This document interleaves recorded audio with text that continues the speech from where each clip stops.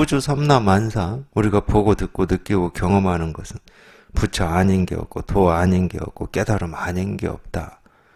이거 보는 모습 하나하나가 이 진실을 가르치고 있고 이 듣는 소리 하나하나가 이 진실을 가르치고 있다. 그러니까 이 진실이라고 하는 거는 모습도 아니고 소리도 아니기 때문에 우리가 이런 걸 화신이라고 그러는 겁니다. 몸을 바꿨다.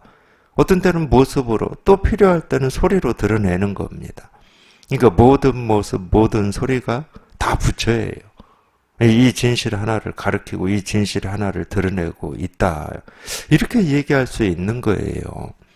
이렇게 얘기할 수 있습니다. 이게 자기라고 여기고 있는 이 몸뚱아리의 이 행위도 마찬가지예요. 자기는 자기 뜻을 가지고 뭐 손을 들고 밥을 먹고 뭐 잠을 자고 사람을 만나고 말을 하고 뭐 물론 이제 그렇게 생각할 수 있죠. 근데 그렇게 생각한다 할지라도 자기가 뜻을 세워서 하는 하나하나의 행위나 말이나 뭐 밥을 먹는 일이나 전부 그냥 이 일이야. 이 내가 하는 행위는 내 거고 밖에서 일어나는 것은 이 부처고 이런 게 아닙니다.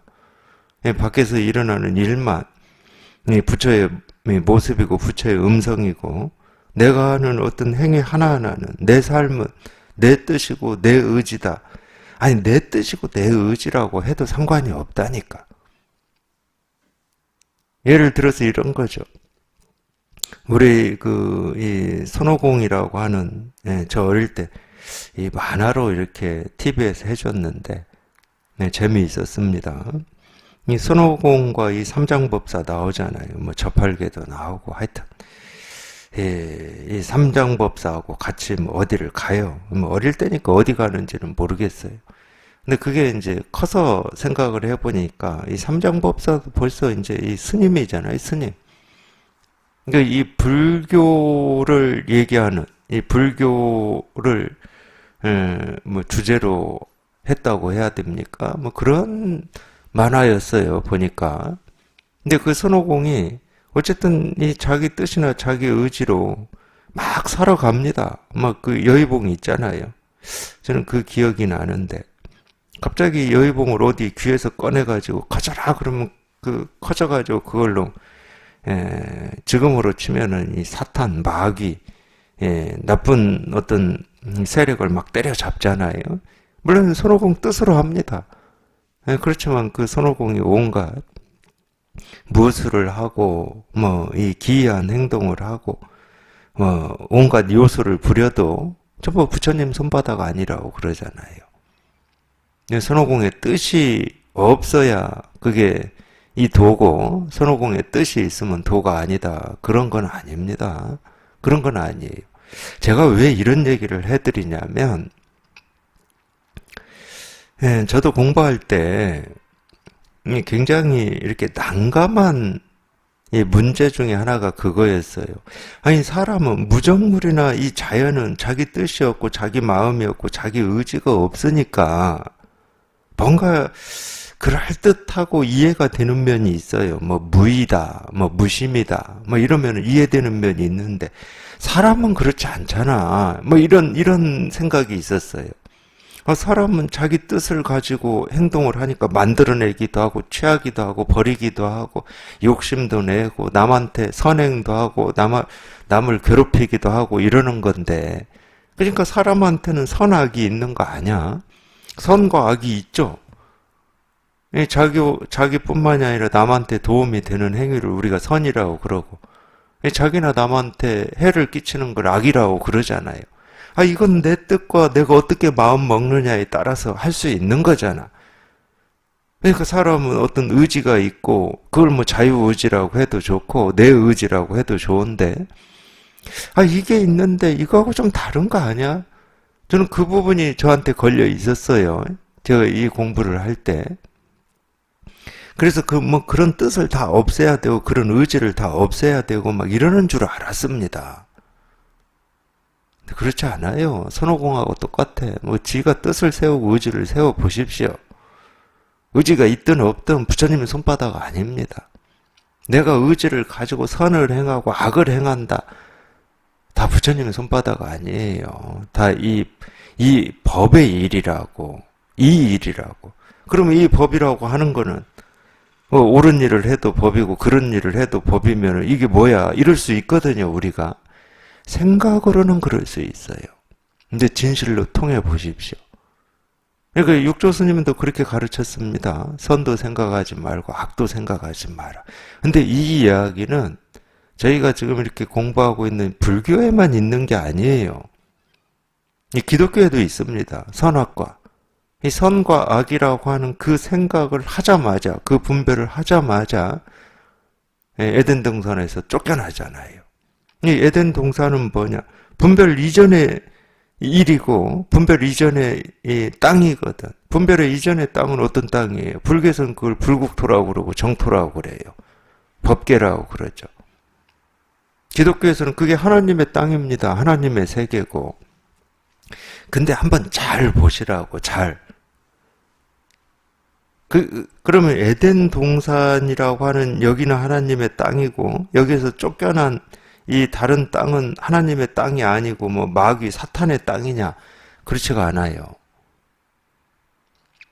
그러니까 조금만 이 주의 깊게 우리가 그런 부분을 보면은 의문이 생깁니다. 어떤 의문이냐? 이 세계를 하나님이 다 창조했잖아. 사탄이나 마귀가 창조한 땅은 없어요. 이 세계는 하나님이 다 창조한 거야.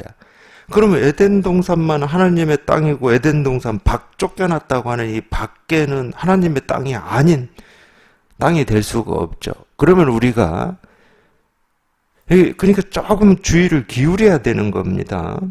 이걸 뭐 우리가 영리함이라고 얘기할 수도 있겠지만 꼭 영리함은 아니고 제가 볼 때는 이 갈증이죠, 갈증.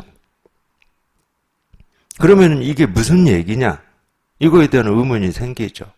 그 모습 지어진 세계로서 하나님의 땅이 있고 하나님의 땅이 아닌 땅이 있냐? 이 말은 아닐 거라는 거지. 왜? 이미 전제를 깔아놨어. 이 세계는 하나님이 창조했다고. 그러면 하나님이 땅이 아닌 게 없고 하나님의 것이 아닌 게 없는 거야. 이 전제는 어떤 거하고 똑같냐면 노자가 썼다고 알려져 있는 도덕경 첫 구절하고 똑같습니다. 도를 도라고 하면 도가 아니다는 말하고 똑같아요. 똑같은 거죠. 그러면 이거는 모습 지어진 걸 얘기하고 있는 게 아닙니다. 달리 얘기하면 우리 마음의 세계, 우리 이 분별을 얘기하고 있다. 그러니까 이 정도는 알아차려야 돼요. 당연히 이 불교도 마찬가지입니다. 모습의 세계를 얘기하지 않아요. 왜 그러냐?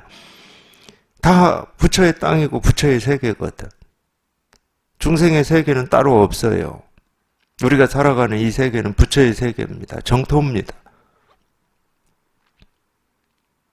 근데 자기 스스로가 분별을, 그게 선악과죠. 선과 악이라는 그 분별을 일으키면 하나님의 땅이 있고 하나님의 땅이 아닌 땅이 있게 돼요. 마찬가지입니다. 우리가 이렇게 분별을 일으키면 부처가 있고 중생이 있게 돼. 깨달음이 있고 어리석음이 있게 돼. 그러니까 자기는 뭔가 어리석은 세계에 살고 있고 어리석음 속에 있으니까 이 깨달음을 추구하고 목말라 하는 거거든. 근데 실제는 그런 게 없어요. 실제는 그런 게 없어. 그렇게 둘로 나뉘어져 있는 세계가 아니야, 이 세계는. 그렇기 때문에 자꾸 실상을 얘기하는 거고 기독교에서는 구원을 얘기하는 겁니다. 구원은 뭐냐? 선악이라고 하는 이 분별에서 한번 다시 벗어나서 우리 이 본래 마음을 확인하는 게 구원이에요. 딱 구원을 받아보니까 이 세계는 그렇게 나뉘어진 세계가 아니었어. 근데 자기 스스로만 나뉘어진 세계라고 여긴 거지. 이 하늘의 나라가 있고 땅의 나라가 있고 부처의 세계가 있고 중생의 세계가 있다. 자기 스스로 그렇게 분별해서 그렇게 여겨가지고 이 어리석음에서 벗어나서 이 지혜로 가려고 몸부림치고 있었을 뿐이지 실제로는 자기가 발딛고 있는 이 세계가 아무런 문제가 없었던 거예요. 그냥 이 세계 그대로가 에덴 동산이었던 거예요. 그게 구원이고 그게 반번 환원이죠. 제자리로 다시 돌아온 겁니다. 근데 돌아온 제자리는 원래부터 있던 자리야. 그 자리가 바뀌진 않았어. 자기의 분별이 한번 부서져 본 거지.